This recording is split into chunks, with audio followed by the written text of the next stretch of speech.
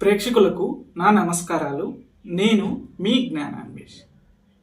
ఈ వీడియోలో నేను చాలామంది నీట్ ఎగ్జామ్కి ట్రై చేస్తూ ఉంటారు. కొంతమంది సక్సెస్ అవుతారు, కొంతమంది ఫెయిల్యూర్ అవుతారు. తర్వాత లాంగ్ టర్మ్ కూడా తీసుకొని ఈ నీట్ ఎగ్జామ్ రాస్తూ ఉంటారు. ఈ నీట్ ద్వారా ఎంబీబీఎస్కి వెళ్ళి తర్వాత డాక్టర్ అవ్వాలని ట్రై చేస్తూ ఉంటారు. ఈ డిఎన్ఏ ఆస్ట్రాలజీ ప్రకారం ఈ నీట్లో సక్సెస్ అవ్వడానికి, అదేవిధంగా డాక్టర్ అవ్వడానికి జాతకంలో ఎటువంటి ప్రాప్తం ఉండాలా, ఎటువంటి గ్రహ అమరిక ఉండాలా, ఏ కర్మలు తీసుకోవాలా అన్న విషయం గురించి ఈ వీడియోలో నేను డిస్కస్ చేస్తున్నాను. ఫస్ట్ ఆఫ్ ఆల్ మనం చూసినట్టయితే ఇప్పుడు ఒక కుటుంబంలో డాక్టర్ ఏర్పడాలన్నా, ఒక కుటుంబంలో డాక్టర్ క్రియేట్ అవ్వాలన్నా వాళ్ళ కుటుంబ సభ్యులకి ఎవరికో ఒకరికి లగ్నమో కానీ, లగ్నాధిపతి కానీ, చంద్రుడు పడే నక్షత్రం కానీ ఈ సూర్యకర్మ అనేది తీసుకొని ఉండాలా. అదేవిధంగా డాక్టర్ అయ్యే వాళ్ళకి కూడా తీసుకొని ఉండే అవకాశం ఉంటుంది. అంటే సూర్యుని కర్మ నక్షత్రాలు మనం చూసినట్టయితే అశ్విని, ఆశ్లేష, అనురాధ, పూర్వభద్ర నక్షత్రాలకు సూర్యకర్మ ఉంటుంది. అంటే ఒక కుటుంబంలో ఒకరు డాక్టర్ని వృత్తిగా ఎంచుకోవాలి అనుకుంటే వాళ్ళ కుటుంబ సభ్యులకు అశ్విని, ఆశ్లేష, అనురాధ, పూర్వభద్ర నక్షత్రాల్లో లగ్నం కానీ, లగ్నాధిపతి కానీ, చంద్రుడి పడి నక్షత్రం కానీ ఉండాలి. అదేవిధంగా ఆ కుటుంబంలో ఆ వ్యక్తి ఎవరు డాక్టర్ అవుతారో వాళ్ళకి 6వ భావంతో కానీ 10వ భావంతో కానీ సూర్యకర్మ ఉండాలి. అంటే ఒక కుటుంబంలో ఒకరు డాక్టర్ వృత్తి అవ్వాలి అనుకుంటే వాళ్ళ కుటుంబ సభ్యుల్లో నేను చెప్పిన ఈ 4 నక్షత్రాలు కలిసి ఉండాలి. అంటే అశ్విని, ఆశ్లేష, అనురాధ, పూర్వభద్ర నక్షత్రాల్లో ఏదో ఒక నక్షత్రం లగ్నం కానీ, లగ్నాధిపతి కానీ చంద్రుడు పడిన నక్షత్రమై ఉండాలి. ఇలా పడి ఉంటే వాళ్ళ కుటుంబంలో ఖచ్చితంగా వాళ్ళ కుటుంబ పరంపరలో, అంటే వాళ్ళ కుటుంబంలోనే కాదు వాళ్ళ బంధుత్వాల్లో కూడా ఎవరో ఒకరు ఈ డాక్టర్ అనే వృత్తిని చేస్తూ ఉంటారు. ఫర్ సపోజ్ వాళ్ళే డాక్టర్ అవ్వాలి అనుకుంటే మనం చూసినట్టయితే ఫస్ట్ భావ కనెక్టివిటీ చెప్తాను. 1, 6, 10, 12 భావ కనెక్టివిటీ ఉండాలా. అంటే 1, 6 అంటే 6ని మనం సర్వీస్గా తీసుకుంటాము. అదేవిధంగా 10వ భావాన్ని జాబ్గా తీసుకుంటాము.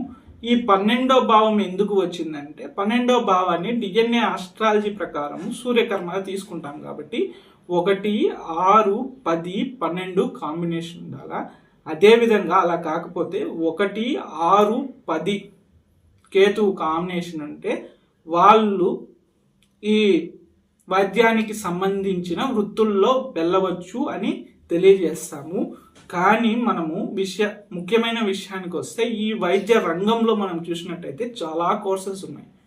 ఒకటి వచ్చి మనం ఎగ్జాంపుల్ తీసుకుంటే జనరల్ ఎంబీబీఎస్, అదేవిధంగా అనస్థీషియాలజీ, తర్వాత న్యూరాలజీ, తర్వాత కార్డియాలజీ, తర్వాత డెంటిస్టులు, ఇలా చాలా రకాలు ఉన్నాయి. ఈ రకాలన్నిటికీ జనరల్గా చెప్తున్నాను నేను.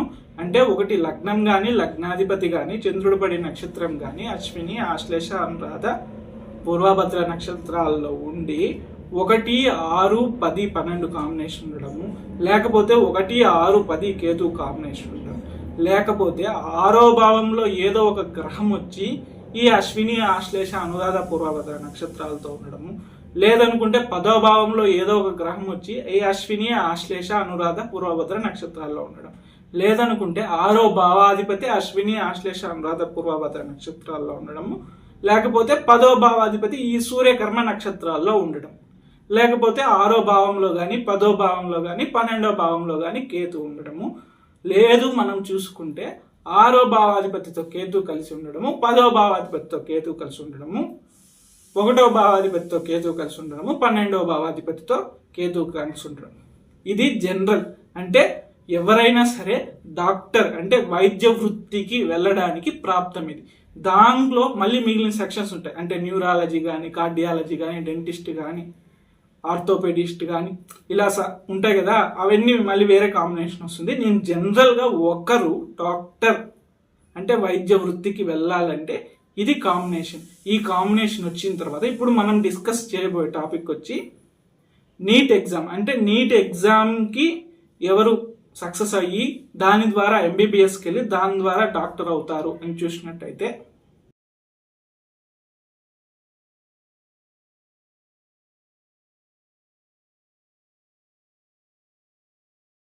ఈ నీట్ ఎగ్జామ్ అనేది సాధారణమైన ఎగ్జామ్ కాదు, ఇది కాంపిటేటివ్ ఎగ్జామ్. దీంట్లో క్వశ్చన్స్ అనేవి టిపికల్గా ఉంటాయి. అంటే స్ట్రైట్ ఫార్వర్డ్లో క్వశ్చన్ ఉండదు. అంటే క్వశ్చన్ కొద్దిగా తిప్పించి మళ్ళించి అడుగుతారు ఆ విద్యార్థుల యొక్క తెలివిని పరిశీలించడానికి. అది కూడా తక్కువ టైం ఇచ్చి ఎక్కువ క్వశ్చన్లు అడుగుతారు. క్వశ్చన్లు కొద్దిగా క్లమ్జీగా ఉండడం వల్ల ఆ క్వశ్చన్ అర్థం చేసుకొని దాన్ని అటెంప్ట్ చేసే జ్ఞానం కావాలా.